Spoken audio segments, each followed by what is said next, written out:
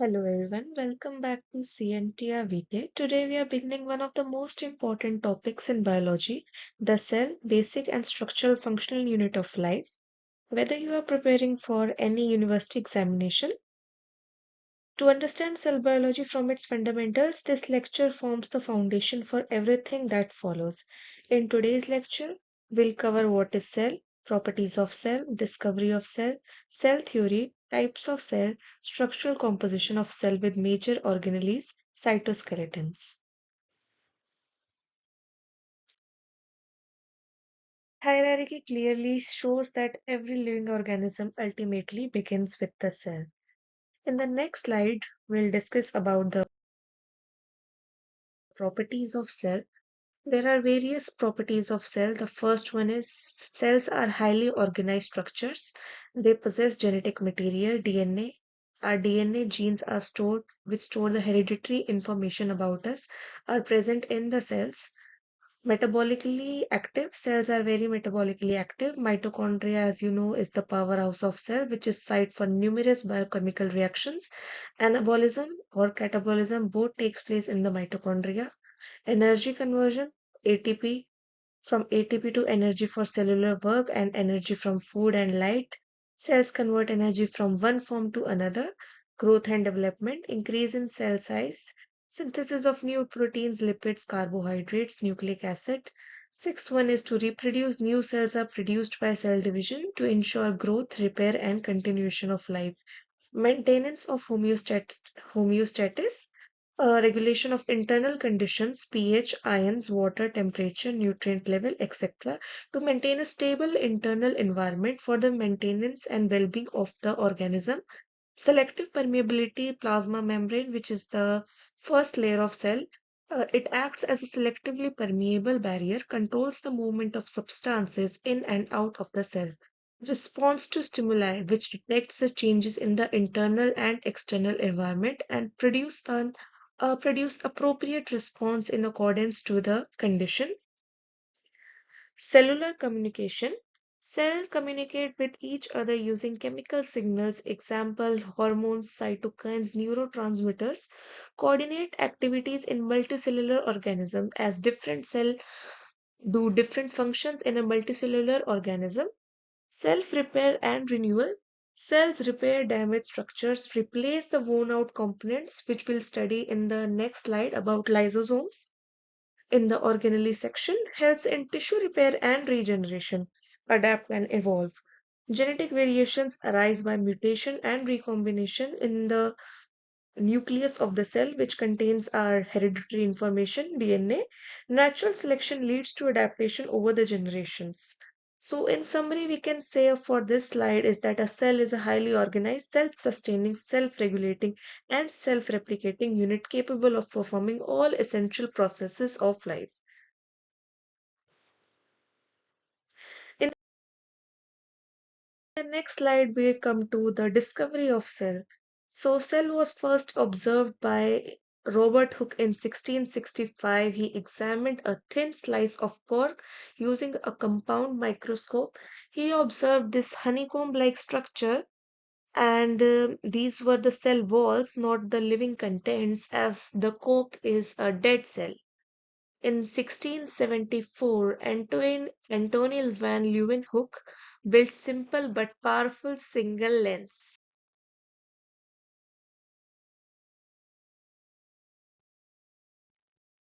So Antony van Leeuwenhoek built simple but powerful single lens microscope. He was the first person to observe the living cells.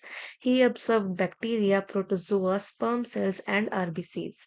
Called these tiny living cells as animalcules, little animals.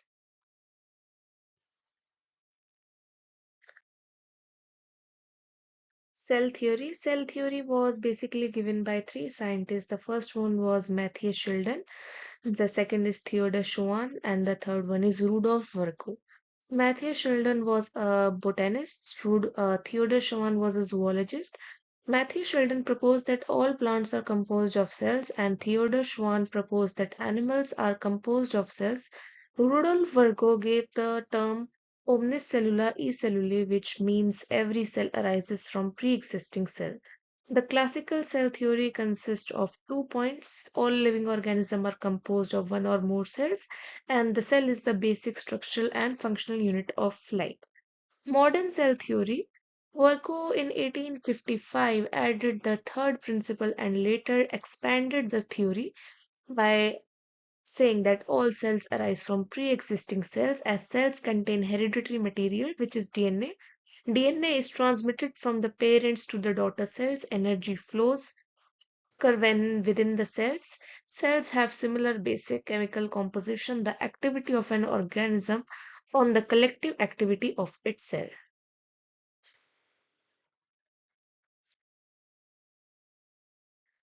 In this slide, we'll study about the types of cells. All living organisms are made up of cells as we have studied in the previous slides. Cells are basically divided in two types, broad two types, which is prokaryotic and eukaryotic. Prokaryotic are simple primitive cells that lack a true nucleus and membrane bound organelle, whereas eukaryotic cells are complex cells that have true nucleus enclosed by nuclear membrane and contain membrane bound organelles. Eukaryotic cells can be further divided into animal cells and plant cells. Animal cells are the cells which we found in us, in other animals, and plant cells are found in the plants. The main difference between an animal cell and plant cell is the presence of the cell wall, the large vacuole present in plant cell, and the chloroplast present in the plant cell, which gives it a green color. The difference between prokaryotic and eukaryotic cells are discussed here in this table, which can be very helpful for your examinations and all.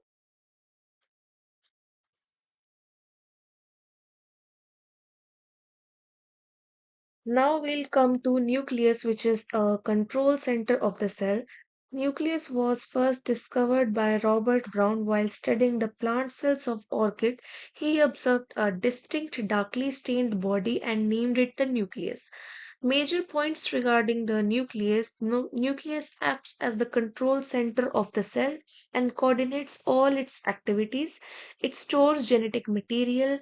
It regulates the gene expression, regulates cell replication, nucleolus formation, inheritance, and is present in eukaryotes. It is absent in prokaryotes.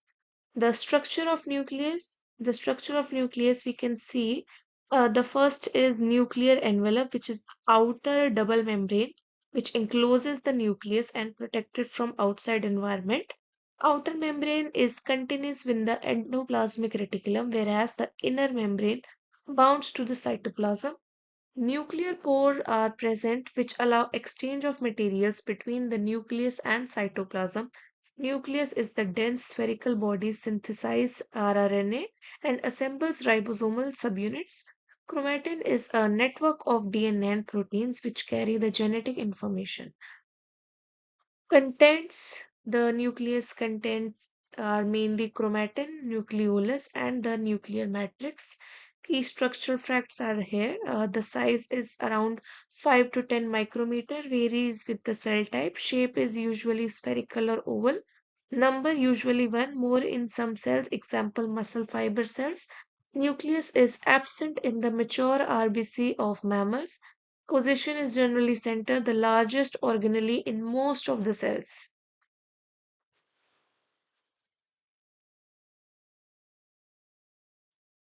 Mitochondria. Mitochondria is, as you all know, it's regarded as the powerhouse of cell. The major points regarding mitochondria is powerhouse of cells. Oh, it has its own genetic material. It has its own ribosome, which are the 70S ribosomes, consisting of the subunits 50S and 30S.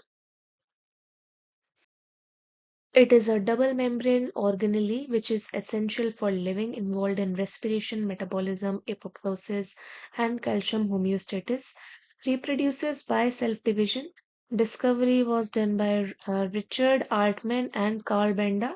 Major functions of mitochondria are it is involved in ATP production, metabolism, regulation, apoptosis, calcium homeostasis, heat production, which we have already studied in the major points. Where they are found. Mitochondria are mostly found abundantly in the muscle cells, nerve cells, liver cells, and brown adipose tissue. Mitochondria are double membrane organelle that produce ATP through aerobic respiration. They have their own DNA and ribosome, which play a key role in metabolism and cell survival. The outer membrane of mitochondria is smooth and permeable to small molecules. Intermembrane space is between the space between the outer and inner membrane. Inner membrane is a highly folded form crystal selectively permeable. The inner membrane foldings increase the surface area for ATP production. Matrix is the gel-like fluid containing enzymes, mitochondrial DNA, and ribosome.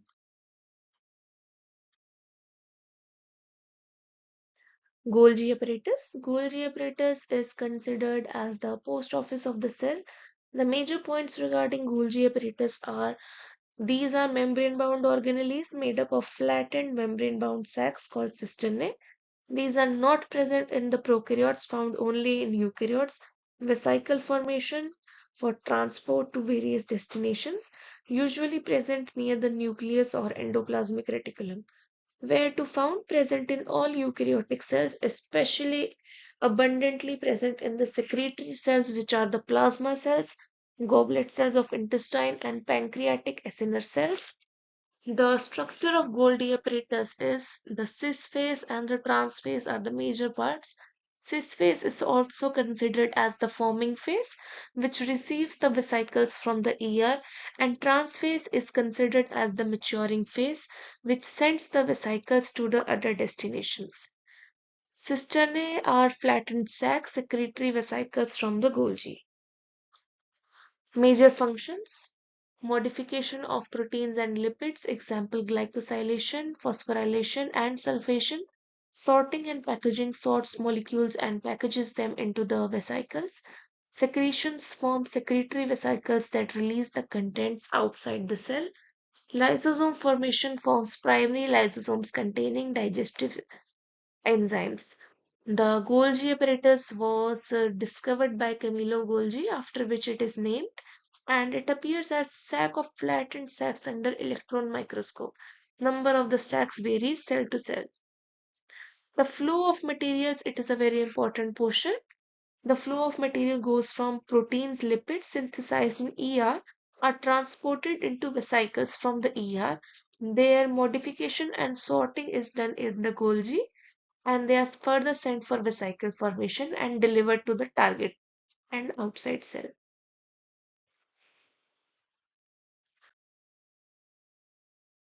Now we come to these three very important and small organelles, small portions. The first is lysosome. Lysosome is the cell's recycling center, also called the suicidal organelle of cell. It is composed of a single membrane and it contains hydrolytic enzyme, acid hydrolysis. Major points: membrane-bound vesicles contain digestive enzymes that work in acidic pH, called suicidal bags of the cell. Functions is digestion of macromolecules, engulfment and digestion of pathogens. Autophagy, breakdown of worn out organelles, recycling of cellular materials. They are present in all eukaryotic cells, especially abundant in WBC, which acts as the protector of our body. Macrophages, liver cells, and spleen cells.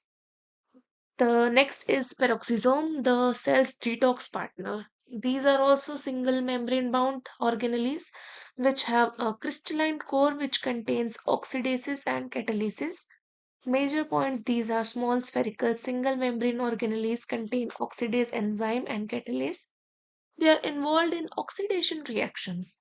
The functions of peroxisomes, we can say it is the breakdown of hydrogen peroxide, beta oxidation of very long chains of fatty acids, synthesis of plasmogens, detoxifies various toxins and drugs. They are also present in all eukaryotic cells and abundantly present in the liver, kidney, and plant cells.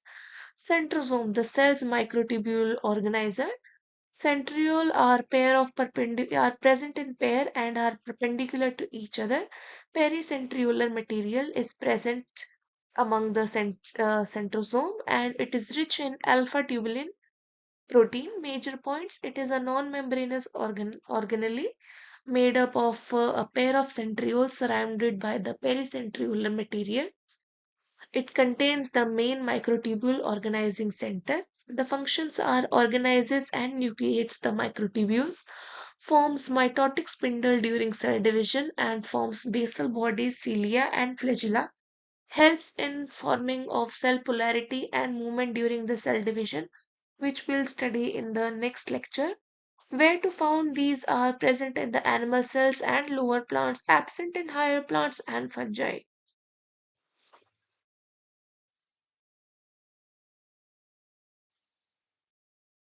So our last topic is cytoskeleton, which is the dynamic network of protein filaments which provide structure, maintains cell shape, allows movement and intracellular transport. The cytoskeleton is composed of three major portions. The first one is microfilaments, which is made up of the actin filaments. These are the thinnest filament. Their size is around 7 nanometer.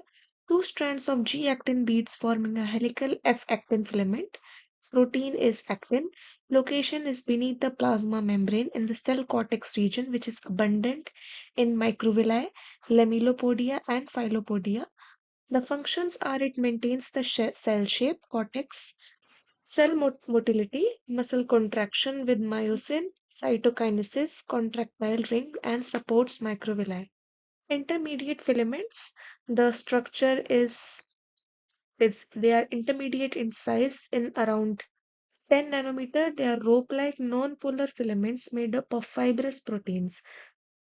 Protein is of various types which can be found in intermediate filaments. It is keratin, vimentin, desmin, neurofilaments, and lamins. Location, they are present throughout the cytoplasm and nucleus. Nuclear lamina found by the lamins. Functions, it provides the mechanical strength, resists tension and stress, maintains structural integrity of tissue and organs. It anchors the organelles. The third is microtubules, tubulin filaments. These are the thickest filaments and their size is about 25 nanometer.